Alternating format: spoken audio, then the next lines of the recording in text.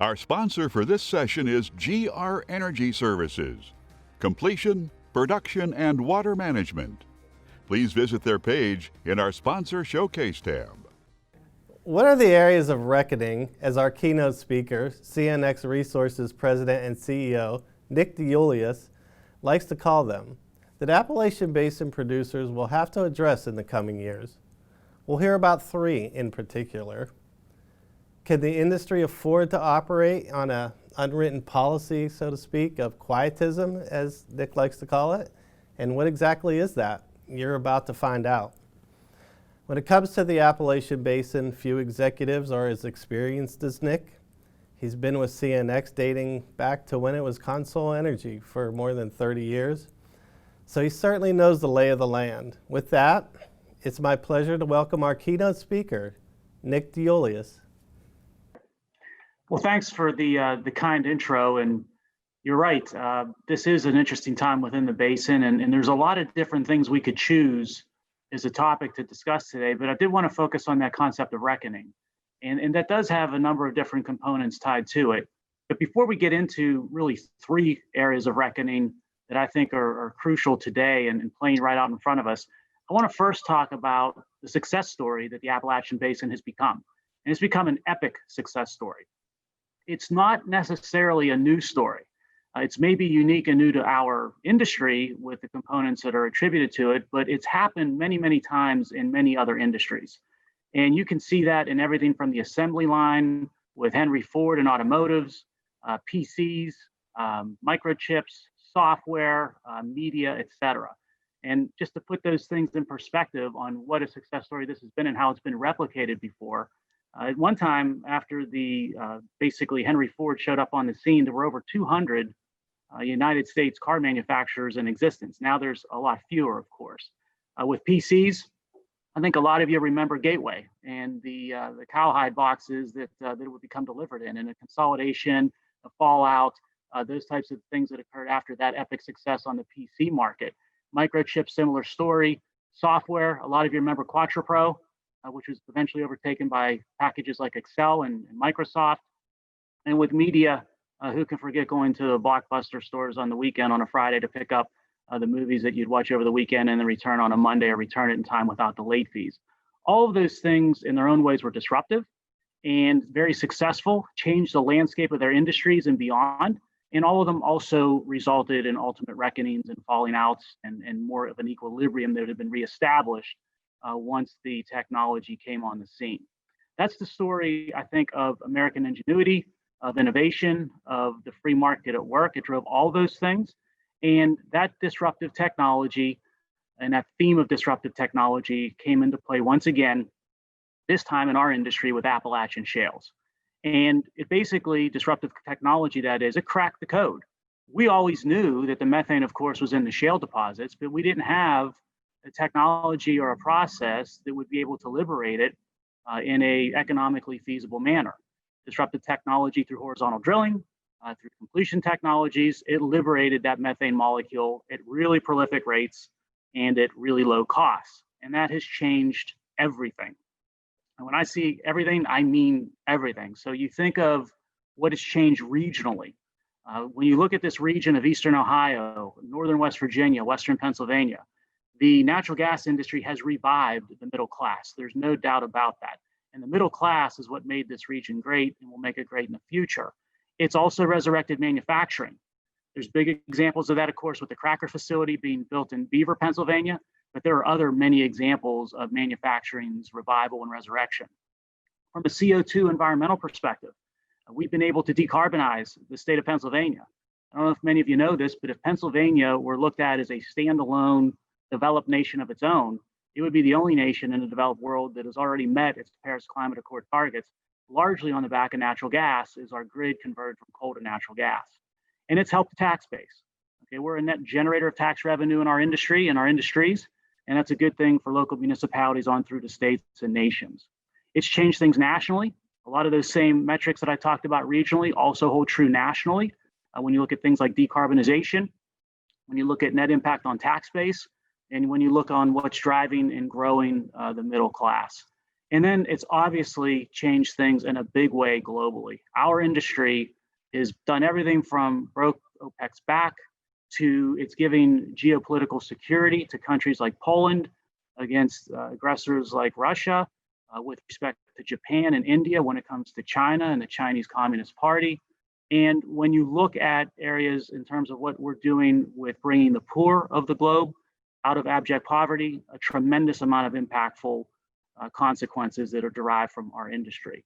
So that's the story of our industry. I think it plays out in some really interesting dynamics. I just sort of went across the globe with some of those, but I also want to bring it back home to your typical person that works within our industry, that man or that woman who might be working in the building trades, might be a boilermaker, might be a steam fitter, waking up in the morning, going to work in our industry, maybe helping to extract methane from the shale deposits, maybe helping to process it, to transport it, to construct facilities for it.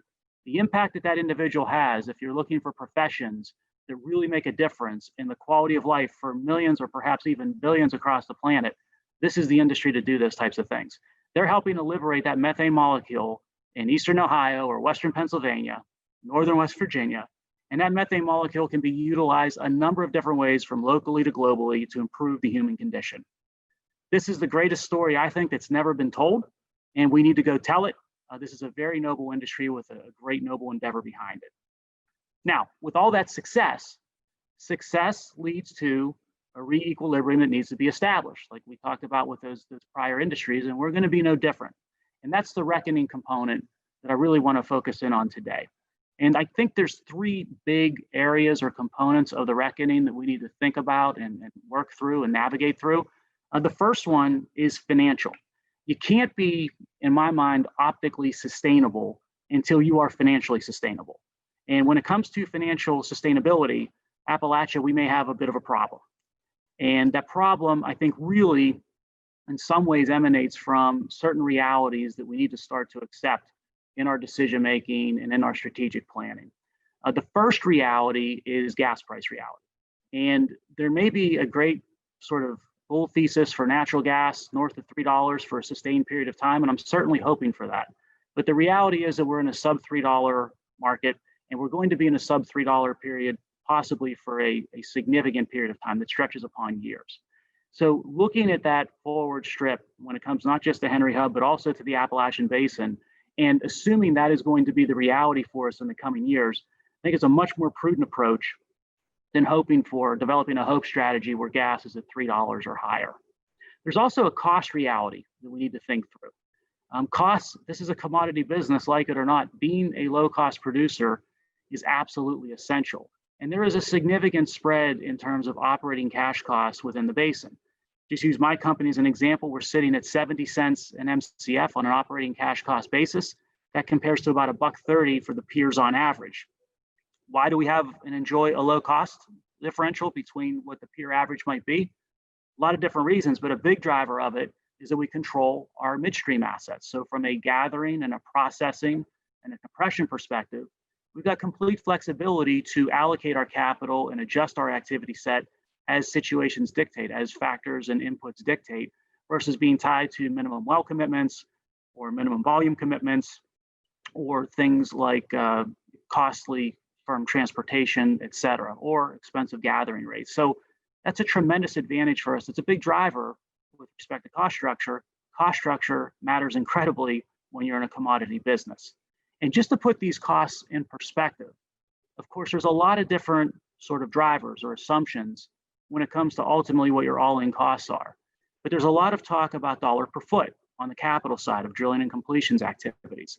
And looking at a $10 per foot differential on the capital side, that's equivalent to somewhere under a penny on an operating cash cost basis.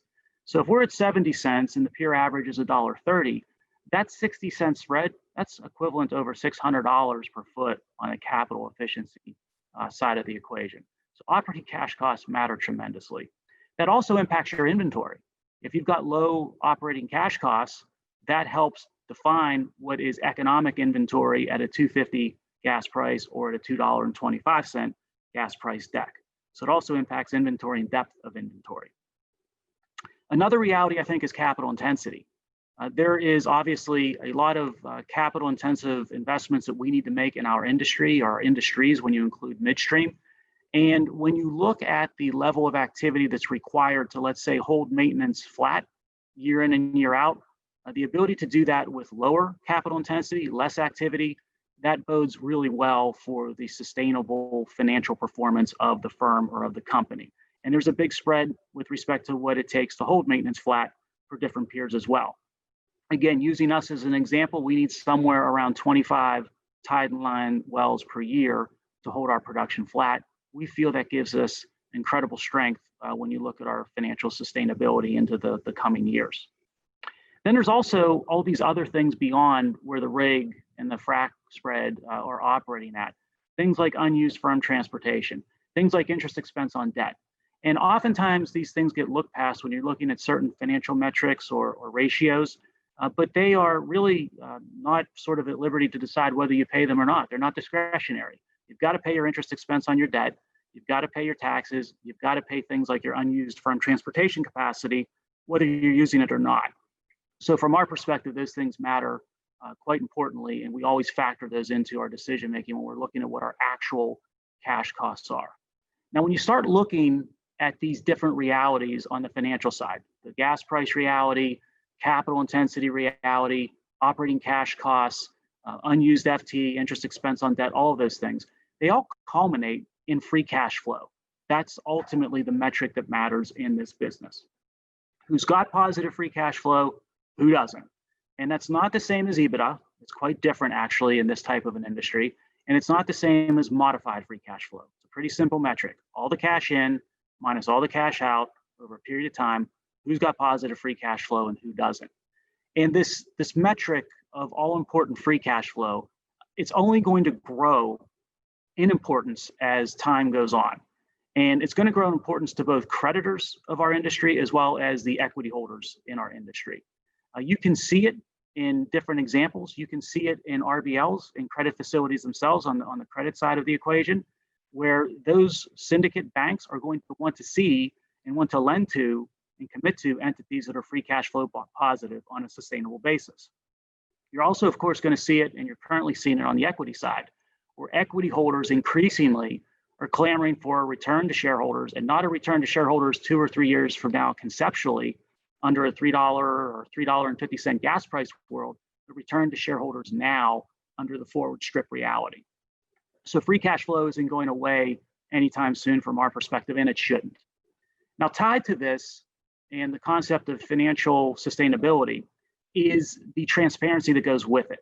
We've got a responsibility in this basin to transparently disclose to our equity holders, to our employees, to our service provider partners, and frankly, to our communities, what we expect to do with respect to our endeavors, our activities, and our businesses in the coming years. Right now, again, by way of example, CNX has a 7-year guidance out there for the world to see. Production, costs, capital, and ultimately, of course, free cash flow. That allows a lot of different stakeholders that we work with and partner with to make logical decisions off of moving forward. That's important. That's a duty that we feel. But if you look at the industry average right now, instead of 7 years, we're probably looking at something closer to a 7 weeks worth of guidance, basically between now and year end. So even for 2021, transparency is not where you need it to be to really put forward a sustainable financial plan, and frankly, an industry and an ecosystem from an investment perspective that's going to thrive. So talk is cheap, right? But let's show everybody the numbers, what we're capable of doing individually and as a basin and as an industry beyond the next 7 weeks. So that covers the first sort of reckoning, the financial sustainability reckoning. Let's jump over to number 2, the second bucket, which is more in the M&A camp. This, of course, as a lot of you know, it's been all the rage, all the talk the last number of weeks and months. A couple of thoughts, maybe a couple of hard truths when it comes to M&A to offer them up for what they're worth. First, early movers in M&A sort of trends, they are typically the losers, while the patient ones are typically the winners. We've seen this in industries outside of our own. I'll point to the banking sector right before and during the financial crisis. Those that moved quick and moved in a big way, like Bank of America with Countrywide, again, as an example, they suffered some consequences because of that. Those that were patient and waited and navigated through that astutely and logically and rationally, like JP Morgan, they basically were the winners when it was all said and done. I think that's going to be true for our industry as well when you look at the opportunity or the potential for M&A. Another thought on M&A is that sometimes it's a convenient opportunity to gloss over or address problems that the acquirer may have looming. So whether it's balance sheet, whether it's free cash flow outspend, whether it's cost structure, whether it's lack of depth of inventory, those issues can loom quite large. And if you're looking to address those, M&A often can gloss over those problems. Now, the problem, of course, with that M&A is that the equity holders of the acquirer ultimately pay the price for fixing that problem. But that might also be something that we're seeing looming large with respect to the clamoring for M&A in our basin. Also, another thought, and this is pretty basic, pretty simple, M&A, when you're taking a company with one set of significant looming problems and combining it, let's say with another company with a set of looming problems, maybe different, maybe the same types of problems, that creates a bigger entity, but that bigger entity still has looming problems. So M&A combinations matter, of course, and combining one entity with another where there's challenges tied to both of those entities creates a combined entity that still has challenges. And then, of course, sort of a corollary to that, combinations via M&A for a strong company combining with a company with looming problems, from the strong company's perspective, that can create a weaker combined entity or a combined entity with problems itself. So you don't want to inherit those problems. And then last but not least, on the synergy front, look, synergies, they can be real, no doubt about that. They can be legitimate, but a lot of them I'll also tell you, and I think you know this, when you're looking at M&A synergies and what's sort of warranted up front when the deal is announced, they can quickly evaporate and never materialize once everything settles out and you've got a combined entity moving forward. They're quickly forgotten in many instances. So there's the concept of M&A and just some sort of general rules of thumb that we try to employ when we think about and contemplate what we want to do. There's also this thought we hear quite a bit too, right? The concept of scale or getting bigger through M&A has inherent advantages. Again, I think when you look at that getting bigger or scale for the sake of scale, there's, again, data that sort of question that thesis and data within our own industry. I'll point to Chesapeake in the past, also point recently to Gulfport, both of which employed a bigger, a scale type of an approach via M&A, and both of which ran into issues subsequent to that strategy being executed. And also this concept of industrial logic. We hear a lot about that in the M&A reckoning world. And I think industrial logic is a little more interesting than scale for the sake of scale. We think of industrial logic with M&A not in the context necessarily of horizontal integration. So, getting more acres, more production, more wells. To us, for the sake of that, doesn't seem to be a big value proposition via M&A. But with respect to vertical integration, there could be value there. And that's one of the biggest reasons why we were making the move not too long ago, a couple of months back, to take back in all of CNX Midstream, our midstream MLP that we had controlled prior as a separate publicly traded entity. The ability to get that midstream integration with our upstream activities, that's a big driver, as I said earlier, of our cost structure, a big driver and sort of a competitive moat, I'll call it, of our financial sustainability. So vertical integration via industrial logic might have and warrant some benefit and some thought, but the horizontal one, sort of difficult or more challenging to see where that value might be. Now, reckoning number 3, save maybe the best for last. Call it ESG, call it sustainability, call it advocacy. It's really all those things wrapped together.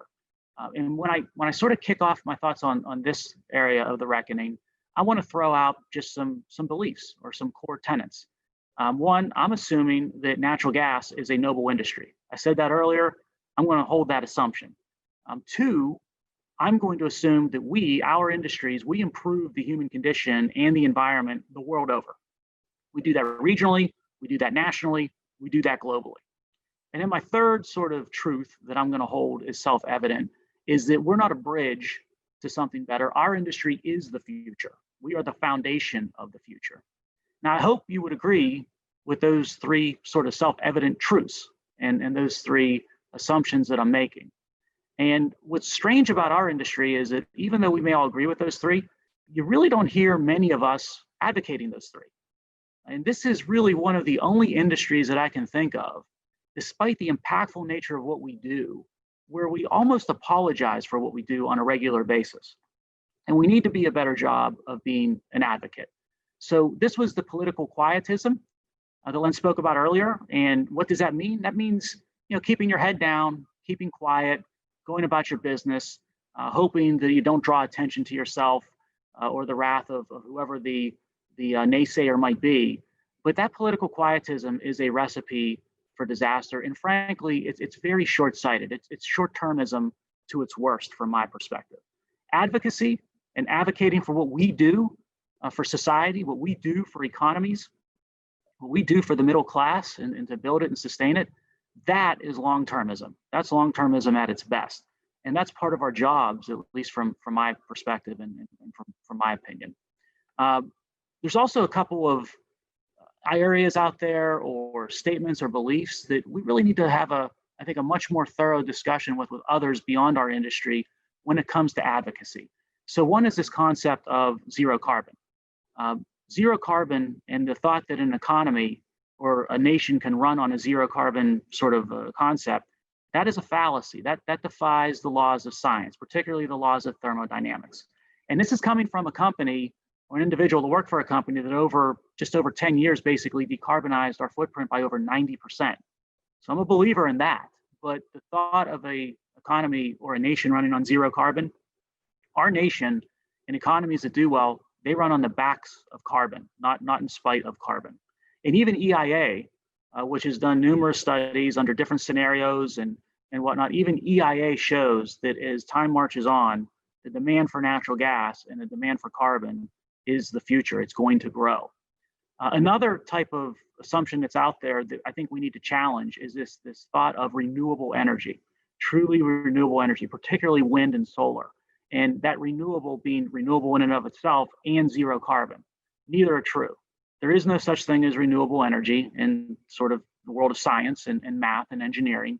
And when you look at wind and solar, they can have incredible life cycle carbon footprints.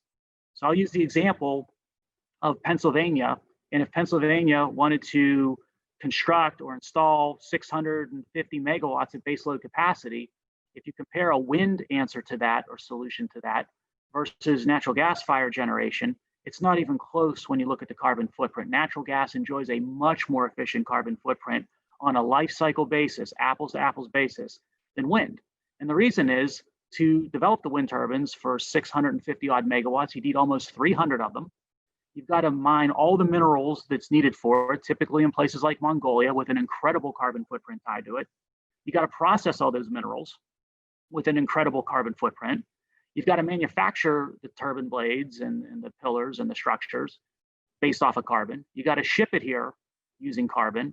You got to clear out all the pads on the ridge lines, all the trees, pour all the pads. It's an incredible carbon intensive endeavor. You got to run all new transmission lines from all those turbines. And then you've got to basically create backup that is reliable on an instant notice when the wind doesn't blow, which is typically going to be something like natural gas or coal. So the carbon footprint on a life cycle basis for something like wind in Pennsylvania on scale, on a 650 megawatt scale, is incredibly high compared to what it would be for natural gas, which is effectively going to need only 6 to 8, say, deep Pennsylvania Utica wells that could feed a natural gas combined cycle turbine on a brownfield power plant that used to be a coal plant very close by.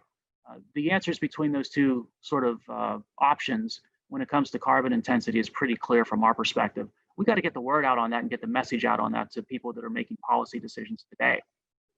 And then also in the world of ESG, right? That's a big area, a big topic of discussion under sort of this third reckoning. There's this debate going on within our industry. Is ESG better served with scale or is ESG better served with focus? And from my perspective, best in class ESG goes to focus. I'd much rather have focus than scale. And the reason I think that is not just because focus drives results, right? You watch what you manage what you watch, but also the corollary in sort of industries like ours, whether it's manufacturing or extractive industries, scale has not been a proxy for good ESG performance. And I can point to BP, I can point to what goes on or what went on with BHP and the mine failure in Brazil. I'm sorry, the dam failure in Brazil. We can point to different examples on the utility side, with Pacific Gas and Electric being one that's front and center today, with what happened with the California wildfires and rolling brownouts and pending bankruptcy that subsequently happened because of it. There's many examples where scale is not the silver bullet, unfortunately, for great ESG performance. Focus is the silver bullet for great ESG performance, whether you're small, large, or middle-sized. And then I also want to talk about the S in ESG. A lot of attention on the E, a lot of attention on the G for governance, not a lot of attention on the S for social. We think quite a bit about the S when it comes to ESG. Our company is 155 years old. We're the oldest publicly traded company in this region. And we are from this region, by and large. We want to remain in this region. Our parents, our grandparents are from this region. A lot of our parents worked for our predecessor companies. Our kids live here, and God willing, we want our kids to continue living here. So these communities are more than just areas we operate within. We want to hire locally. We want to spend locally within these regions and these communities. And we want to set targets, much like you would with carbon targets, much like you would with other types of targets that you set out under ESG. We want to set tangible targets with respect to how much of our hiring, how much of our spend is going to stay within these regions, and particularly, right, within these regions where communities are more economically distressed versus others that are doing quite well. That's about as impactful and as ESG friendly as you can get. So don't forget about the S in ESG. We want to be champions of our communities. If we're going to be champions of our communities, putting our money where our mouth is, the performance is going to follow and Wall Street's going to follow. Finally, I just want to wrap up just basically asking for leaders to stand up and be committed to our region. Again, we're from here. This is really important to us. This goes beyond the dollars and cents. We're not looking to basically flip an investment opportunity, get in, get a return, exit, move on to the next opportunity. This is where we started. This is where we want to end.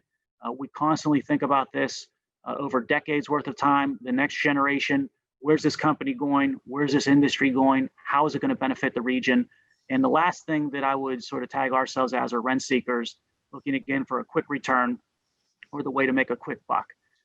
The more of us that take that approach, I think, with respect to Appalachia, the better off this industry is going to be and the better off this region is going to be. And by the way, I'll leave on this note, there's a big implication here when it comes to sort of sustainability, ESG, and that side of reckoning. When you look at our demand, we're manufacturing a wonderful widget that impacts society with the methane molecule. And left alone, under a free market system, the demand for that product is going to grow. But if we don't do a good job in this last reckoning that we spoke about, there are naysayers out there that are working night and day to make sure we never get the chance for that demand to grow like it would. And the two examples I can give you that unfortunately are in front of us right now, one's on the East Coast and one's on the West Coast. Boston, we all know how difficult it would be to get a pipeline built right now into New England, and particularly into Boston. When it gets cold this winter, where's Boston going to get some of its natural gas and its energy from? It's going to get it from Russian LNG. That's not by accident, that's by design. We've got to go combat that with facts and with logic and bring to the table and advocate for everything that we do for society, including New England. The example on the West Coast, I mentioned Pacific Gas and Electric. That reflects years and years of consciously moving away from solutions like natural gas and embracing so-called renewables to the point where maintenance wasn't being invested in, practices weren't being kept up to best in class. And before you knew it, a really bad thing happened with dozens of fatalities. And now you've got rolling blackouts occurring in California on a regular basis. It's basically become a third world grid. That wasn't by accident, that was by design. We've got a duty to combat those types of poor informed policy decisions and advocate for what we do for a living, because not only is it noble, the rest of society is counting on it. I want to thank the Doug audience. I hope you had a great Thanksgiving. I think we're gonna have a really interesting end of year here. We only got about a month left, but based on what 2020's looked like so far, don't count out a really active December as closing out the year. Thank you. Well, thank you, Nick. I do have a couple questions for you. first one I want to ask, we are obviously talking a lot about natural gas at this conference. We're at Doug East. You mentioned it's not a transitional fuel, which seems to be the conventional wisdom, or even, I don't know, in some ways the industry has kind of just let itself be put there. Why do you think natural gas won't be a transitional fuel? In fact, what'll be the catalyst that turns that conventional wisdom around, do you think? Well, two questions there, right? Why do I think it's not just a bridge and a transitional fuel? And then the second part of your question is what would catalyze a realization of that? The reason it's not just a bridge or a transitional fuel is just science and engineering. When you look at the demand for energy is going to continue to grow nationally and, of course, globally. It will grow globally more than nationally. It tends to track and correlate to a GDP type of a metric. And that's a good thing, right? As energy access and demand grows, life expectancies go up, infant mortality rates go down. You look at education and individual rights, they flourish. So really good things happen. Economies and individuals, they want access to reliable energy. When you look at the solutions that are out there, basically coal being piece of the energy solution has been drastically reduced through the years. I think that trend will continue. Nuclear, right, has its issues, especially nationally and in developed economies. So if anything, that looks to be in a decline, some level of a decline curve in terms of capacity over time as more plants that come up for recommissioning or not recommissioned. That basically leaves natural gas, wind, and solar. And as we discussed, when you look at wind and solar, they are not what I would call sort of repeatable, consistent, reliable answers on scale. If you want to put a single windmill in somewhere or a solar panel, certainly they'll work. And solar in Arizona or wind in certain offshore locations, I'm sure economically makes sense. But at scale and across a wide footprint of a nation or of a region or of the globe, it simply is not an answer when it comes to scale. Also, on top of it, it doesn't solve the CO2 targets or ambitions that we may have as a country or as a region or as a planet. So when you're looking at the CO2 footprint and the carbon intensity of wind and solar, as I said earlier, those carbon footprints are much larger than what people let on. And the reason is you're only looking at the carbon footprint once the turbine is installed, right? And once the wind is blowing. Well, that's really not the true carbon and CO2 impact of what it took to get there. So I just think it's basic science and engineering. And last time I checked, math and science and engineering are undefeated. So ultimately they will prevail.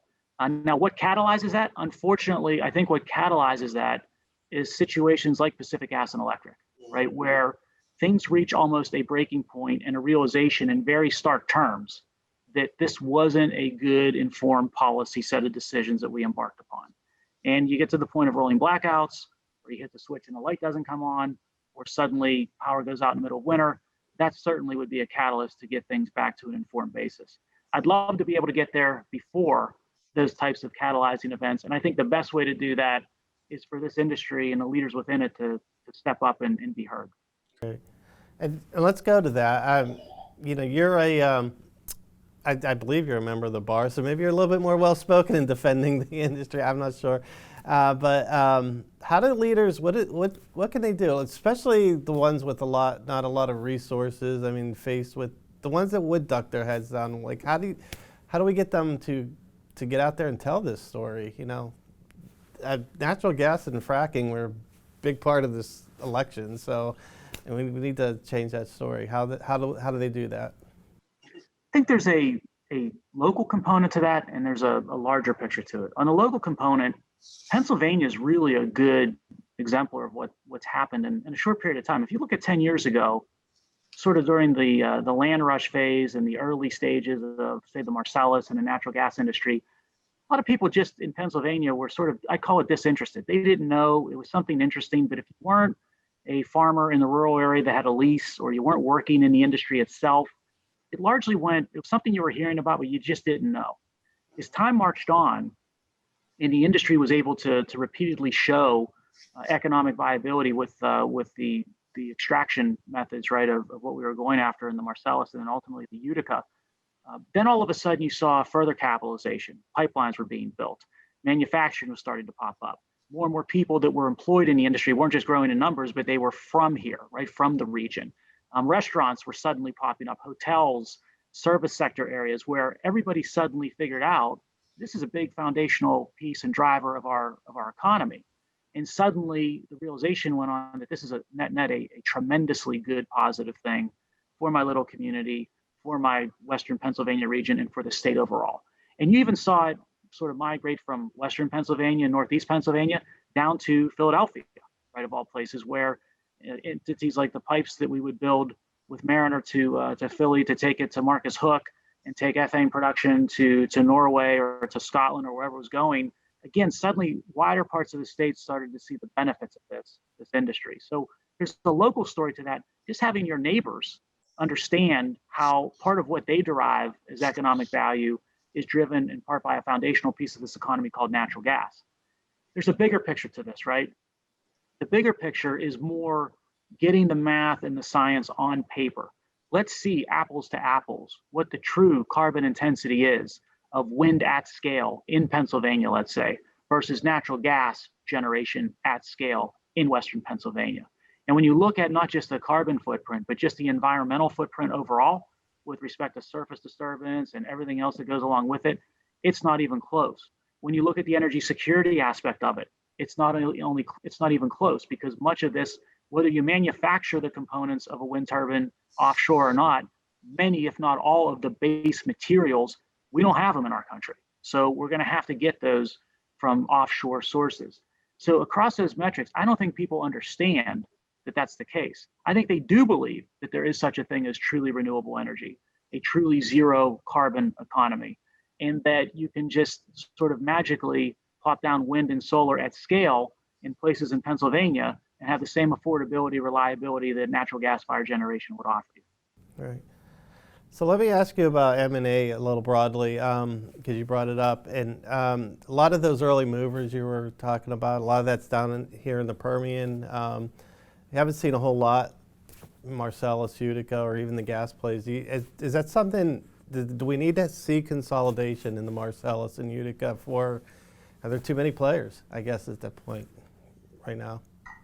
So like you said, M&A and our conversation commentary earlier, M&A is front and center everywhere you look these days in our industry and in our basin, not just like you said, to the Permian, but also within Appalachia. Yeah. Obviously, M&A depends, right? It always depends. There are undoubtedly synergies that will be created with combinations. There are also dyssynergies that are created in certain instances, or those costs of the combination can take quite a long time to overcome with any perceived synergies, real or not. But again, looking at it from the perspective of what drives success in this industry, it's only a couple of basic things.